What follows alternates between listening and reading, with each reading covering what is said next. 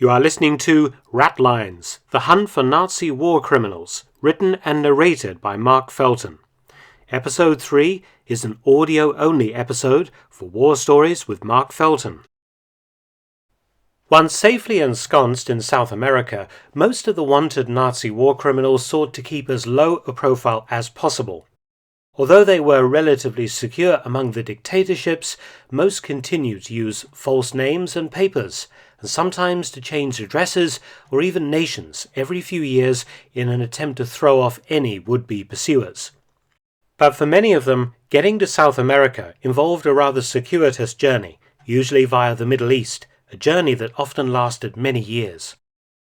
Franz Stangl had arrived in Damascus, capital of the French Protectorate of Syria, in September 1948. Bishop Alois Hudal had already lined up a job for Stangl, working in a textile mill. Former Sobibor Deputy Commandant Gustav Wagner also arrived in Damascus at the same time as Stangl, and quickly settled into a quiet life. Stangl was determined that his wife Theresa and their 3 daughters would be reunited with him as soon as possible, and he worked hard and carefully saved money for their passage out of Austria via Italy. In May 1949, the Stangl family was reunited in Damascus. Theresa's exit from Italy had been problem-free and very easy, even though it was known that she was the wife of a major war crime suspect. The Stangl family settled down to a period of great happiness and well-being. Franz was free from the fear of capture and punishment for the time being. The family lived relatively well for a short period, and the Stangl's marriage improved markedly. But then, quite suddenly, Stangl lost his job when the owner of the textile mill he was working for died. For some time, Stangl found it very difficult to find suitable work, and instead, Theresa took up the financial burden of the family and worked as a masseuse. The family lived in a boarding house that was full of Germans who were living in Syria under assumed names, indicating that they were, in all probability, also Nazi fugitives. Stangl was never sure, as everyone was careful not to speak to each other very often and to always use assumed names when they did. In December 1949, things changed for the better when Stangl found a job as an engineer with the Imperial Knitting Company. The family was able to move into a large and comfortable flat in the old part of Damascus. But the unwanted attentions of a neighbor towards Stangl's 14-year-old daughter convinced him that it was time to move on from Syria. He decided to go to South America, and Theresa was dispatched to visit the various South American consulates to discover which nation would accept Stangl and his family. Brazil was the most welcoming, and Stangl, identifying himself as an engineer, applied to emigrate. His application was accepted, and the Stangls sailed for Santos in Brazil via Genoa in Italy under their real names. Stangl had to pay for the relocation out of his personal savings, and it meant that when the Stangls arrived in Brazil, they were once again almost broke. Swallowing his pride, the man who had once been an SS officer and camp commandant with the power of life and death over hundreds of thousands of people instead went to work in another textile mill for the next 2 years. In the meantime, also building a house in the São Paulo suburb of São Bernardo do Campo. In the meantime, many other Nazi war criminals were already living in South America. Argentina in particular was rapidly filling up with wanted fugitives, as was President Juan Perón's desire, many of them assisted by Bishop Hudal and his Vatican ratline. One of the most notorious fugitives, who was definitely aided by Hudal to escape, was a Prussian aristocrat and the son of a general, Ludolf von Alvensleben. He had commanded the West Prussian Selbstschutz, or self-defense paramilitary forces during the German invasion of Poland in 1939. The Selbstschutz operated in cooperation with Einsatzgruppen shooting units, and they were tasked with exterminating a large number of Poles who were considered to be a threat to Nazi overlordship, including Jews, the nobility, teachers and professors, communists, military officers, and so on. Von Alvenslaben's units killed at least 4,247 people before the Polish campaign was over, and the methods used were deliberately cruel and sadistic. A former adjutant to Heinrich Himmler, von Alvensleben went on to command SS security police, the Sicherheitsdienst or SD units in the Crimea after the German invasion of the Soviet Union in 1941, where he ordered many more crimes against humanity to be committed by his men. In April 1945, von Alvensleben had been captured by the British and sent to the Neuengamme internment camp, from whence he had escaped. He fled with his family to Argentina in early 1946, assisted by Vatican papers provided by Hudal and others on the rat lines. Nothing more was heard about von Alvensleben until the 27th of November 1952, when President Perón granted him Argentine citizenship under the appropriate name Carlos Luca. Perón appointed von Alvensleben an inspector of fish farming in Hererosee. Von Alvensleben lived in Buenos Aires until July 1956, when he moved to the town of Santa Rosa de Calamuchita, where he was fondly remembered by many of the older locals even today. In January 1964, a court in Munich issued an arrest warrant for von Alvensleben for the murders of the people I already spoke about while in command of the Selbstschützen in Poland. The Argentinians, having no extradition treaty in place with West Germany and having no wish to turn von Alvensleben over to face trial, simply ignored all representations that were made to them from West German diplomats. Von Alvensleben died on his birthday in 1970, a free man in Argentina. In February or October 1948, Reinhard Roschmann, former commandant of the Riga ghetto in Latvia, emerged at the other end of a rat line in the Argentine capital, Buenos Aires. There he found work in an import-export company and kept a low profile. He bigamously married again in 1955, though the marriage was annulled less than 3 years later. Then, in 1968, Roschmann achieved what should have been security for life, Argentinian citizenship, under the false name of Federico Wagner. Already efforts were underway to identify and capture Roschmann. In 1959, a warrant had been issued in West Germany for his arrest for the crime of bigamy.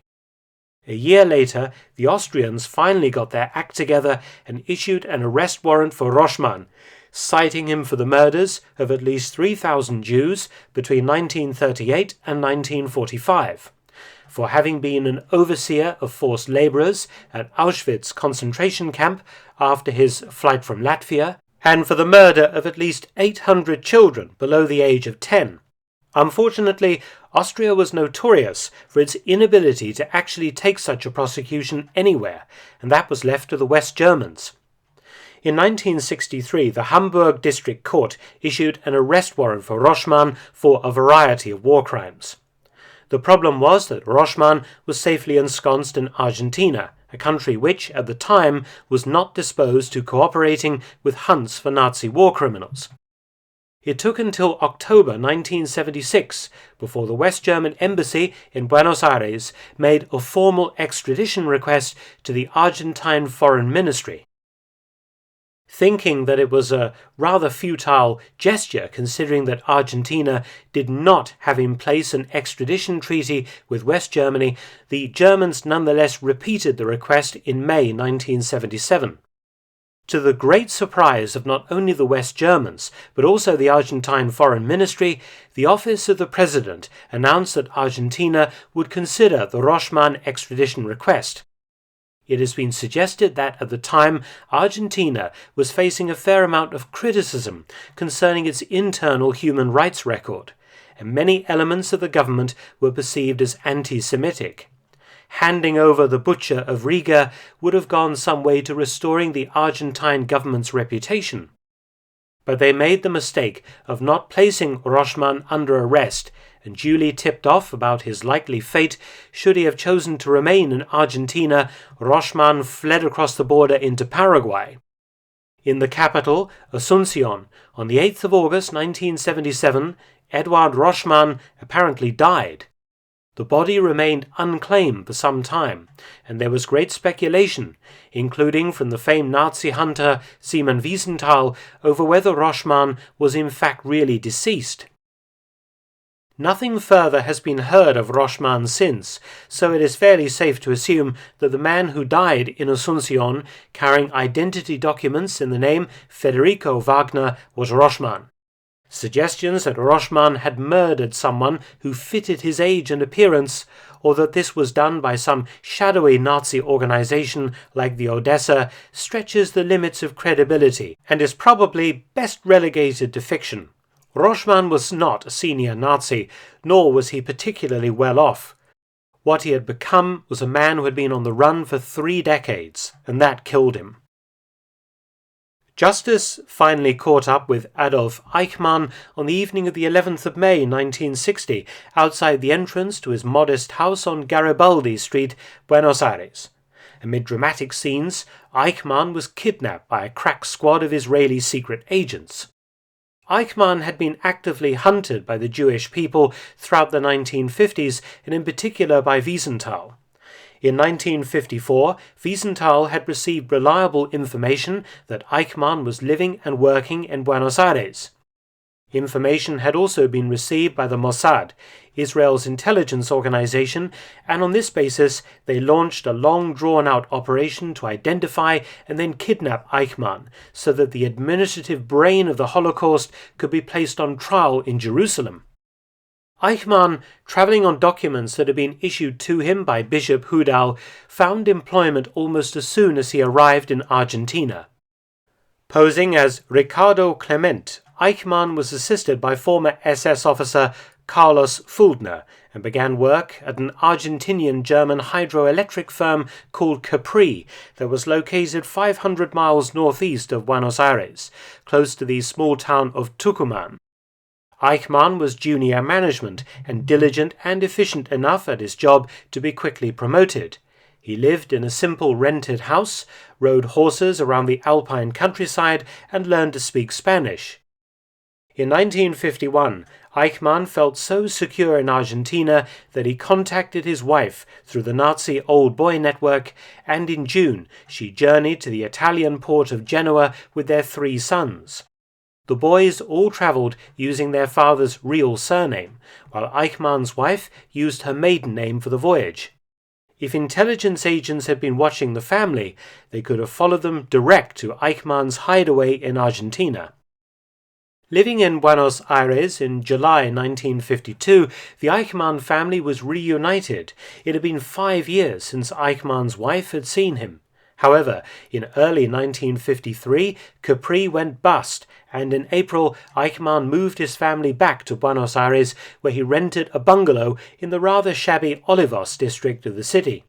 Times were tough for the Eichmanns, and each business that Adolf tried failed, including a laundry, a fabric shop, and a rabbit farm.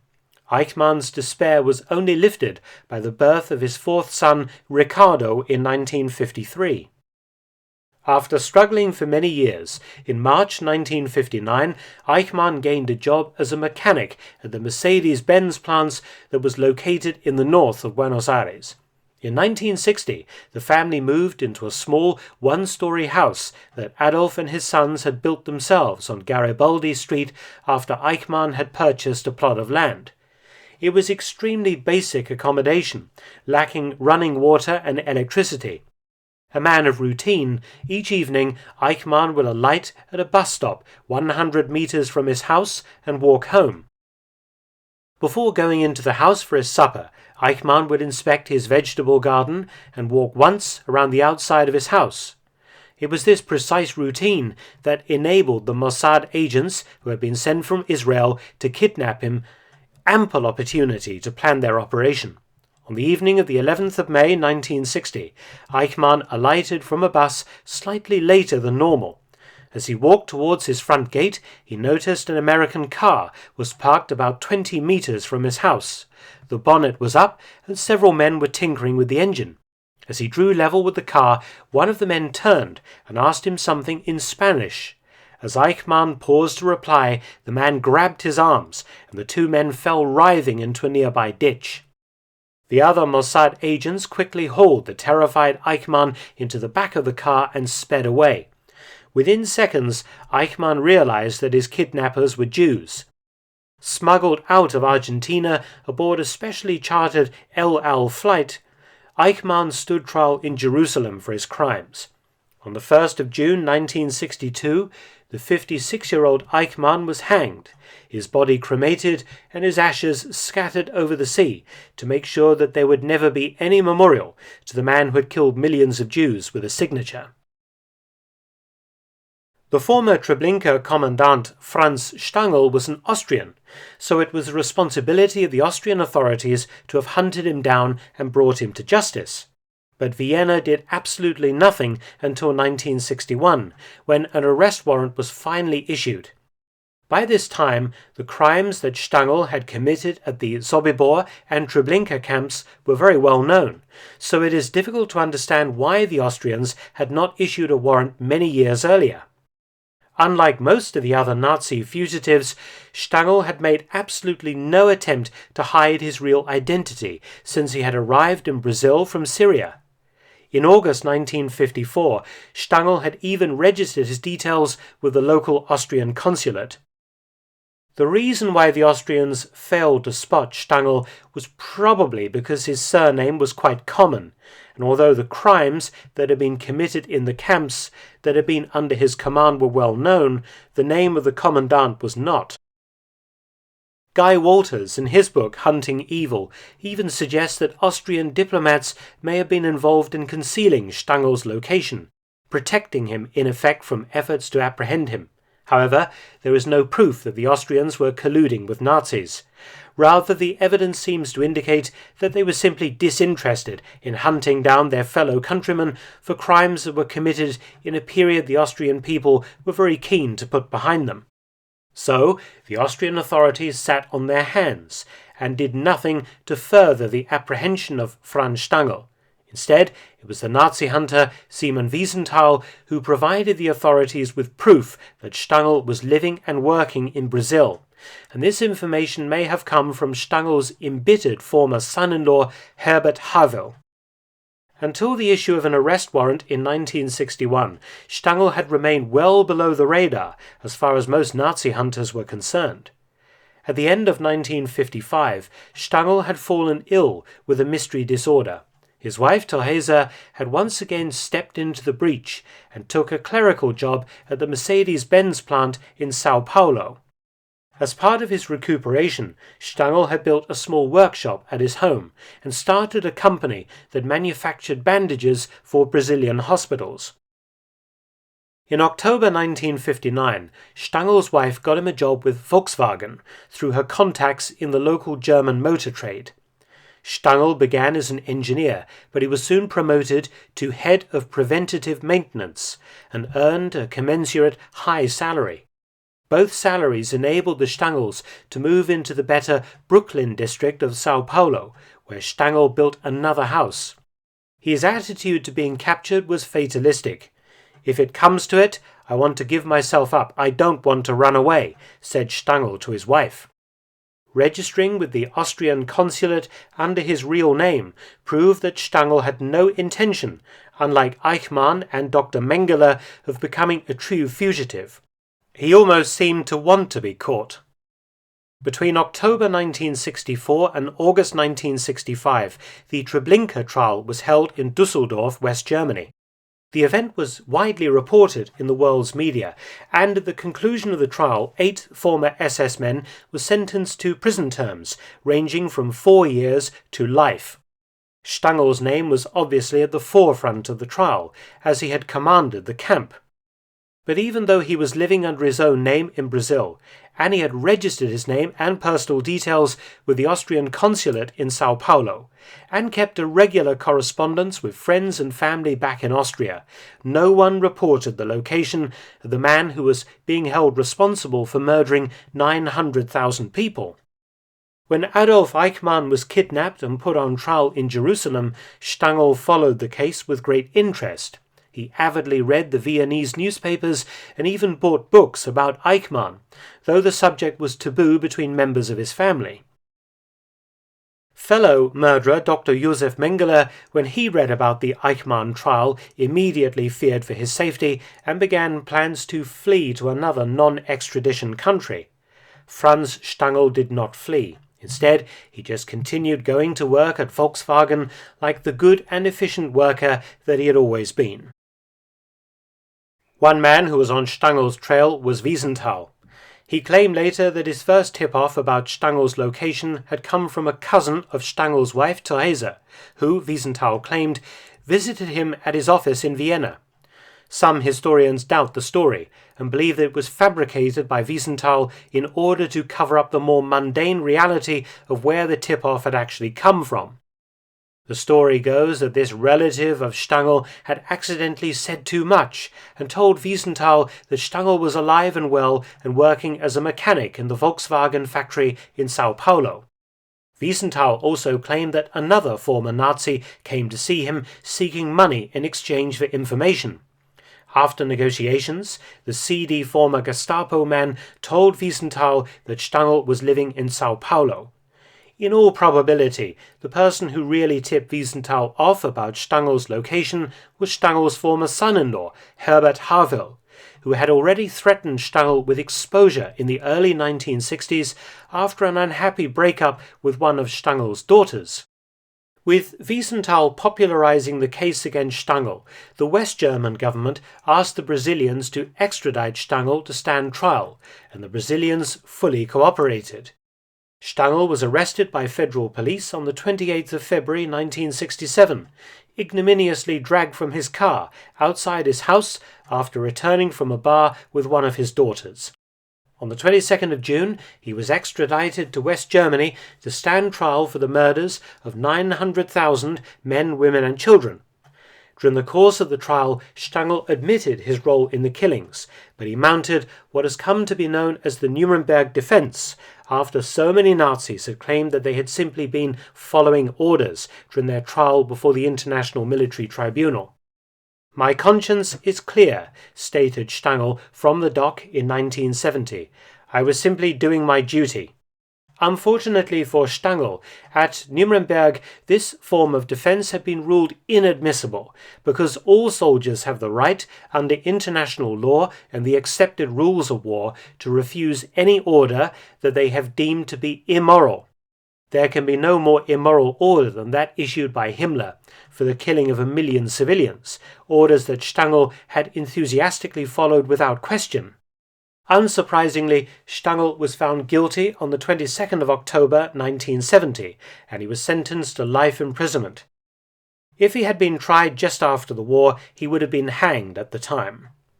On the 28th of June 1971, Stangl died of heart failure at the age of 63, whilst he was serving his sentence inside Düsseldorf prison.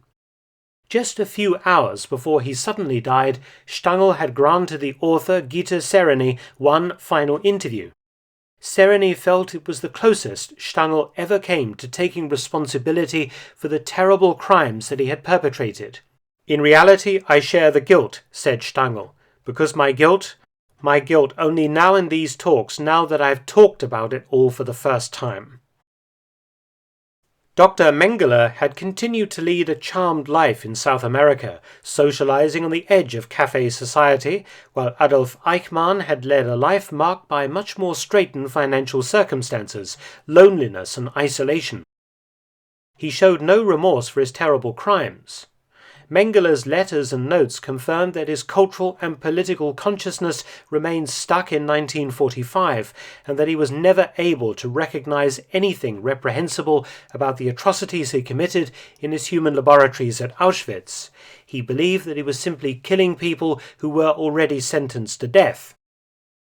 In Buenos Aires, Mengele had initially worked in construction soon after his arrival from Italy, and then he had used family money and bought into a pharmaceutical company, taking a 50% share in Fadro Farm.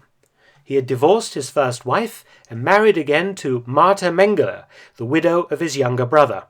The wedding had taken place in Uruguay, and then Martha and her 14-year-old son Dieter had moved in with Josef.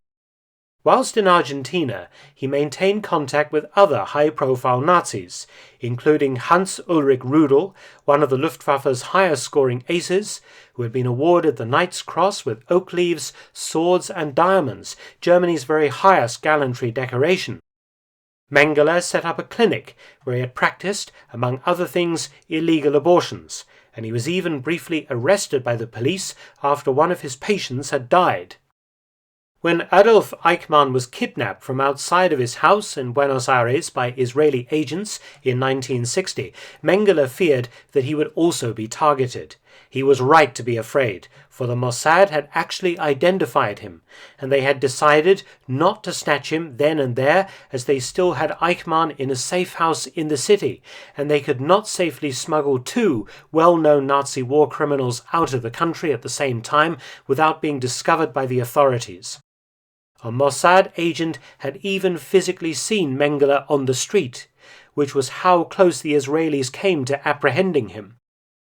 Mengele responded to the very real threat by immediately leaving the country and moving to Brazil, and then on to Paraguay, where he obtained a Paraguayan passport in the name of José Mengele.